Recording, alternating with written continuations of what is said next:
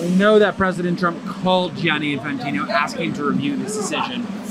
How do you feel about that specifically? Yeah, it seems like a huge overreach. It has nothing to do with Donald Trump. I think he's got better things to do with his time. And hopefully he can start focusing on what we need as Americans. If the U.S. were to progress, it's going to be tainted, and he'll probably try and take credit for it. It feels like, those with influence are getting things that, other people probably wouldn't. This game would have a big mark on it. If we lost, if we won, no matter what happened, you have to let them use their best players.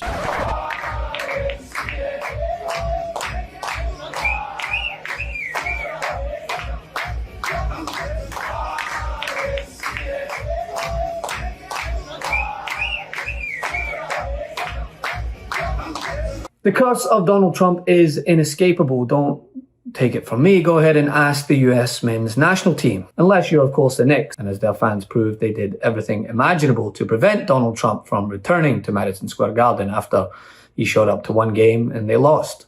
New York Knicks fans are literally burning sage outside of Madison Square Garden ahead of tonight's critical Game 4 after Donald Trump visited Madison Square Garden for Game 3. They're getting rid of the Trump curse that essentially many blame for the reason that the Knicks lost earlier this week. The Knicks had won 13 games in a row, literally.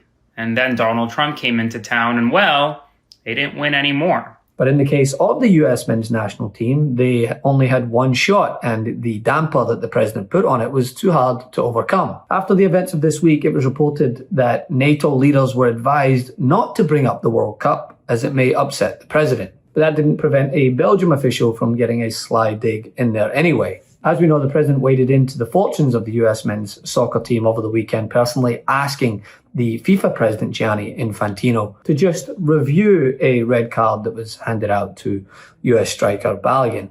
But here's the thing. If you go a little deeper, you hit the wildest part of the story, something I have just been savoring all weekend, which is that the player at the center of the storm, Folarin Balogun, he is essentially an accidental American. My journey to team's a little bit unique. My mom always told me the story growing up, but I never really paid it any mind. She came to the US to visit her sister, and she had her return ticket, but then they said that she was too pregnant. So I was born in New York, but grew up in London. Grew up in London. You hear that accent? That's not a Brooklyn accent. In other words, the best player on the U.S. team, the one that we're all hoping plays and kicks butt, is a United States citizen by virtue of one thing and one thing only, and that is having been born here. And being born here makes you a citizen, clear as day, in the 14th Amendment of the Constitution passed after the Civil War, a constitutional right the Trump administration has tried tooth and nail to erase, and tried to erase at the Supreme Court just a week ago and failed. In fact, Flo Balogun's situation is precisely the same sort of very rare edge case that MAGA has absolutely lost their minds about in the wake of that loss at the Supreme Court, to the point they are now trying to call women, like Balogun's mother, a scourge on American society. They need to get moving and start deporting people as fast as possible, starting with birthing-aged women. The birthing persons, as the Democrats call it. If a person comes here 9 months pregnant to go look around at some things, in a couple of weeks, that is the mother of a lifetime American citizen and a direct line into American cash and welfare for the rest of that child's life. Look, if you're pregnant and you're from a foreign nation, you know what? It's time for Congress to pass a law to say you can't come here. I wonder if there's any examples out there of the unique advantages that birthright citizenship might confer on a society. I wonder if there's any benefits to having a country like that, where it's just clear as day if you're born here, you're a citizen. Oh, look at that! Thank you, soccer gods. Here's one right there on the soccer pitch. Flo Balogun is American, and that is a wonderful thing.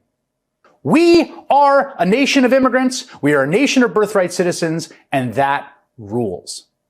And the thing is, before Donald Trump's intervention, the US were playing well. They were on course for one of the most successful tournaments they've had in recent history.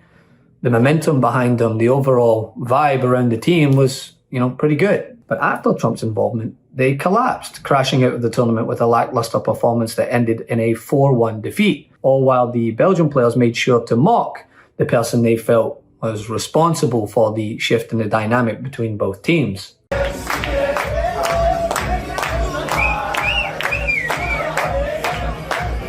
Yeah.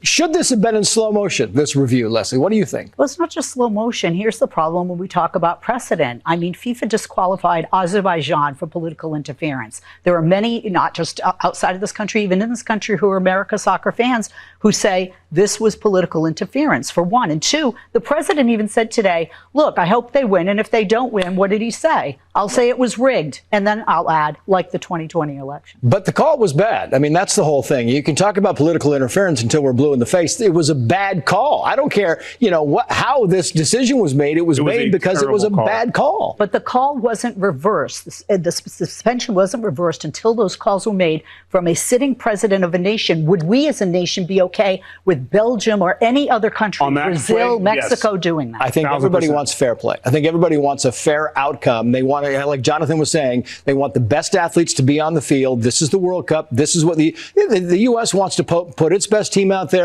And Belgium, despite all the whining over this, Belgium should really want the best team on the field. Tyrus. Many online quickly pointed out the curse of Donald Trump. Now, humor me for a second. There is an increasing body of evidence that shows that whenever Donald Trump shows up to a sporting event, the team that he likes or is supporting tends to lose. From the basketball courts to NASCAR to a regular season NFL game that he showed up to rooting for the Commanders, and they got absolutely smashed. Gianni Infantino. He needs to stand down. He needs to resign today, but he won't. Balogun. So obviously this is FIFA suspending his one-match ban. Jeff, if you're Belgium in this situation and you see a player like this being field against you, maybe even scoring, how aggrieved do you feel? What do you do as a Well, it's a disgrace. It's an absolute disgrace, and people are missing the point when they say, it may not have been a red card. That's irrelevant, isn't it? It's irrelevant. It's how the authorities have gone about this. And for me, Gianni Infantino needs to resign. He needs to resign today. He's the man who came up with the great idea of the FIFA Peace Prize and gave it to his mate, Donald Trump. And of course, his mate is the one who then tries to influence this decision and have this suspension overturned. I mean, seriously, his position's untenable. The smell of corruption allegations is particularly unpleasant. I mean, he so lacks self-awareness, for goodness sake. He wants to be in the middle of every single shot of champions, cup winners. Who's that in the middle? It's Gianni Infantino. He needs to stand down, but he won't. You look at the Club World Cup and Donald Trump was there in front of the Chelsea players, like, get out the pizza, Donald. It just shows Trump has phoned him and he's probably said, Infantino, no problem, Donald, leave it with me. Now, in all seriousness, the ill fortune that Trump allegedly brings to teams that he's supporting is not the real story, as is his policies that really impact people. But there is a reason that there appeared to be a shift in the discussions around the US men's national team and leading up to this game after his involvement, right? Because many in the football community were left disgruntled because it felt like Trump meets Gianni Infantino. It's indicative of everything that people feel is wrong with the game, that it caters to the elites and it prioritizes people over the fans. The combination of Trump and Infantino discussing the matter of a suspension and altering the rules of the game mid-tournament, it felt to many as another example of this game catering to the elites and not the people. And this, of course, has been highlighted throughout the tournament, with many Trump's aides forced to discuss the matter of how Iran were treated while participating in the tournament, or the blocking of a FIFA-appointed referee that Infantino claimed he could do nothing to avoid, but yet has no problem gathering a committee to overturn a red card in an unprecedented move during a tournament. It's a little crazy idea. But all I did, I asked for a review because I didn't think it was a foul. And, again, I'm good at this stuff. I didn't think it was a foul. I thought it was two great athletes that crashed into each other and got entangled. That was not a guy punching somebody in the face or anything that, would be different. And I think it's a terrible, if they wouldn't allow, a top player, maybe the best, maybe among the best players on the team to play, I think it would have had a big stain. And I related just that feel. I didn't tell him what to do. I can't tell him what to do, but, and I don't believe he made the decision. I think it was a committee that made the decision. And they made the right decision because, number one, it wasn't a foul. And you want to see a game with your best players. You don't want to say, how would you feel if I took, we take Messi out? Look, he ran into somebody. Or we took Ronaldo. Ronaldo, you bunked into somebody. We're going to take you out of a game. He's great. Or Harry Kane. Harry Kane, we're going to take you out of the game, Harry, because you happen to hit somebody a little bit harder than you can't do that. If you would have taken him out, I think it would have really stained this incredible champion. We got to have our best players, and Belgium's got a great team, by the way. We got to have our best players, and they have to have their best. And if we win or we lose, it's fair. Otherwise, let's say we lost him and we lose the game. It would be a terrible thing. So I think they made a really brilliant decision. I think the referee's call was horrible. And nobody talks about that. They talk about the red card like it's fine. Nobody talks. The referee's decision to red card. I didn't know what the hell a red card was. When I found out, I said, you got to be kidding. This guy just hands up. Okay, your best player is not going to play next week or in the next game. I said, wow, that's a lot of power. That's terrible. But then I looked at his past, and it wasn't so great. Okay. And listen, as I've stated time and time again while covering this World Cup, and as a lover of the game, having played it all my life and followed it, the success of this tournament is something to be discussed, but it is a success in spite of Donald Trump, not because of him. Thanks for watching. Be sure to add the MeidasTouch podcast on Apple Podcasts, Spotify, or wherever you get your podcasts for new updates every single day.